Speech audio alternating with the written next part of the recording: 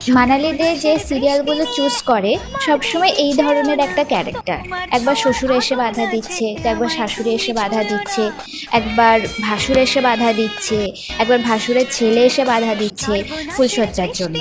আর ভাসুরের ছেলে ফুলশয্যার রাতে ওখানে এসেছে, কেন এসেছে নাকি তাকে নাকি অঙ্ক শেখাতে হবে। মানে সে আর কি অঙ্ক করার জন্য পাগল হয়ে যাচ্ছে, সে এমন অঙ্ক শিখবে যে ওদের ফুলশয্যার রাতে নাকি তাকে অঙ্ক শিখতে হবে। বাহ, মানে অসাধারণ, মানে জাস্ট অসাধারণ।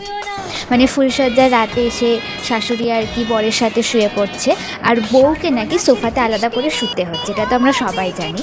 আর এখন যে নতুন নাটক শুরু হয়েছে সেখানে নাকি 1 মাসের ব্রত, মানে বিয়ের পর বরের সঙ্গে থাকতে পারবে না, 1 মাস ধরে বর আর বউকে আর কি আলাদা থাকতে হবে। এবং এই ব্রতটা কে করিয়েছে নাকি শ্বশুর, মানে অ্যাকচুয়ালি শ্বশুর করায়নি, এটা অ্যাকচুয়ালি ভাগ্নে করিয়েছে। মানালিদের ক্যারেক্টারটার নাম হলো শান্তিলতা রায়, কি ওর ঘটি বাড়িতে বিয়ে হয়েছে, আর শান্তি অ্যাকচুয়ালি আর কি বাঙাল। সো এটা লুকিয়ে ওর বিয়ে হয়, কিন্তু যাই হোক শ্বশুর আর কি তাও মেনে নেয়, কিন্তু ওকে তো একটা শাস্তি দিতে হবে না। তো ওর যে ভাগ্নে আর কি মদন, মানে ওর যে শ্বশুর মশাইয়ের ভাগ্নে, এদিকে শান্তির ওটা কে হচ্ছে, ভাসুর হচ্ছে। সো ও চায় না যে আর কি শান্তির বা শান্তির বরের আর কি নতুন কোনো বাচ্চা হোক, বা ওদের আর কি ফ্যামিলিতে নতুন কোনো আর কি বংশের প্রদীপ আসুক আর কি। কারণ ভাগ্নের যে ছেলে আর কি চাঁদ, তো সে চাই যে ওর ছেলেই আর কি ওই বাড়ির উত্তরসূরি হোক, সব সম্পত্তি আর কি ওরাই পাক। সম্পত্তি বলতে ওই বাড়ি আর কি অত বড় একটা ঘটি বাড়ি, পুরনো আর কি জমিদার বাড়ি, তার সঙ্গে আর কি ওদের যে পুরনো আর কি ফ্যামিলি বিজনেস, ওদের আর কি হোসিয়ারির দোকান আছে, আদর্শ হোসিয়ারি আর কি।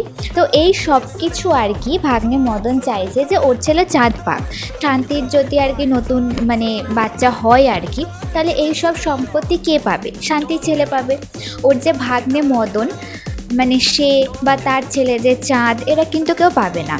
এই জন্য ভাগ্নে মদন আর কি সবসময় শান্তির নামে শান্তির শ্বশুরের কাছে আর কি কান ভাঙায়, বা শান্তির নামে আর কি বিষ ঢালে, যাতে শান্তি আর কি সবসময় আর কি খারাপ হিসেবে দেখাতে চায়, খারাপ বৌমা হয়ে যায়, মানে ওদের সঙ্গে যেন না থাকতে পারে, যেন ঝামেলা হয়। তাহলে কি বাড়িতে বৌমা যদি না থাকে আর কি, তাহলে বাড়িতে নতুন বাচ্চাও আসবে না, বা বাচ্চা যদি আসেও সে হয়তো অন্য বাড়িতে গিয়ে থাকবে, ভালোভাবে আর কি শান্তি করে আর কি বাড়িতে শান্তি করে থাকতে পারবে না। সো এই জন্য ভাগ্নে মদনের আর কি সবসময় একটা ইন্টেনশন থাকে যে কিভাবে শান্তি আর ওর বরের আর কি ফুলশয্যাটাকে বা একসঙ্গে থাকাটাকে আটকে রাখা যায়। প্রথমে তো 1 মাসের ব্রত হলো, সেটাও মানে শান্তি আর কি কোনোভাবে পুরোহিতকে বলে টোলে সেটাকে কাটিয়ে উঠেছে, কিন্তু ভাগ্নে মদন প্রত্যেকটা সময় চাইছে যে ওদেরকে কীভাবে আলাদা করে দেওয়া যায়। So I hope next time যখন শান্তির আর কি বিয়ে হবে অন্য কোনো সিরিয়ালে, তখন যেন এমন বাড়িতে বিয়ে হয় যেখানে শ্বশুর শাশুড়ি অ্যাটলিস্ট মানে ফুলশয্যায় বাধা না দেয়। মানে অন্য সিরিয়ালে কি হয় যে গার্লফ্রেন্ড এসে বাধা দিচ্ছে, মানে তাও ওটা মেনে নেওয়া যায়, কিন্তু শ্বশুর শাশুড়ি এসে ফুলশয্যায় বাধা দিচ্ছে, মানে সিরিয়াসলি এটা সিরিয়াসলি মেনে নেওয়া যাচ্ছে না, মানে একদমই মেনে নেওয়া যায় না।